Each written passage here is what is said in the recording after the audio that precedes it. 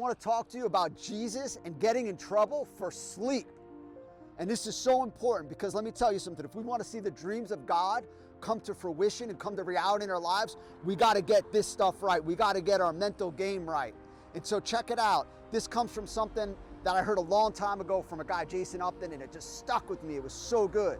And there are two different times in the Bible, in the Word of God, where Jesus talks about sleep and he actually gets pretty upset about something.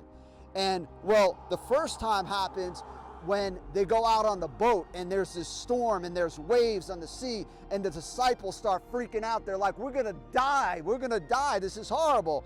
And they go and look for Jesus, and what's Jesus doing?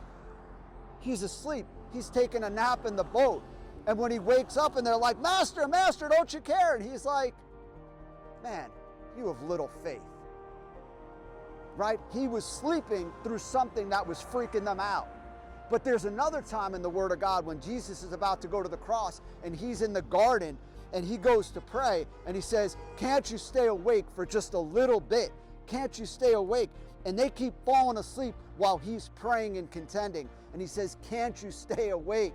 And they're asleep when they're supposed to be awake. And well, what's the point? We need to learn to be asleep to the things that God's asleep for and awake to the things of God. And so to be asleep, like the things in the news that might be freaking us out, or maybe in the economy, or people are gossiping at work, maybe there's somebody toxic in our family. And Jesus says, peace, be still, be asleep to those things.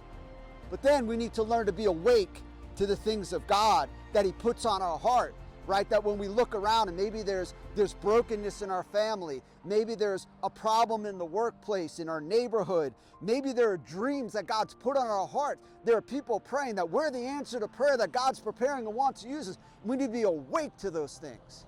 So that's my challenge today, is for us to live and learn to be asleep for the things that God's asleep to and awake for the things that he's awake for. God bless.